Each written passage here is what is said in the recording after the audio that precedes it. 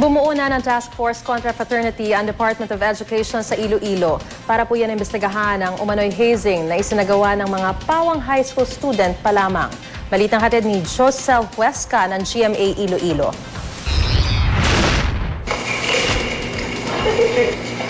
Video ito na umano'y initiation rites ng grupong West Pinoy Clan sa Barangay Puntalan sa Leon, Iloilo.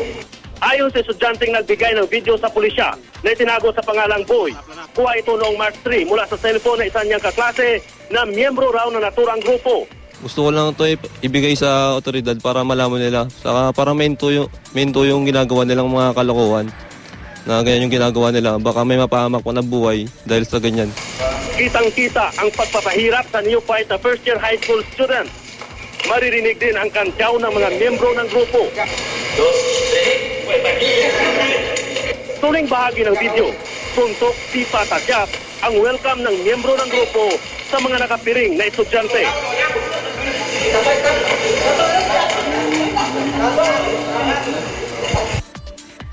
Ayon kay Boy, 15 kaklase niya ang miyembro ng clan na nagsagawa raw ng hising.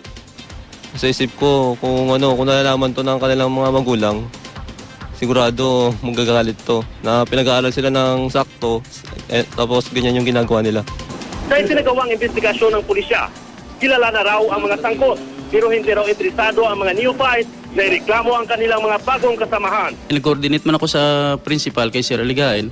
Amo na-identify naman ang mga ngalan sa mga kabataan na involved na. Ang pamunuan naman ng Leon National High School, kung saan nag-aaral ang mga estudyante, nagsagawa na rin ng sariling investigasyon. Inamin raw ng mga sangkot na estudyanteng may grupo na silang West Pinoy Clan at bahagi raw talaga ng kanilang recruitment ang hazing. Kag ang isa lang nga ginahangawaan nga may mga activities nga makabig na tondogin pattern sa pagtukod sa fraternity, like initiation. Pero not to the extent nga ang ila activities base sa investigasyon kay Wyman sing nakita nga mga lagob. Pinulong na rin ng eskwelahan ang mga magulang ng mga estudyante.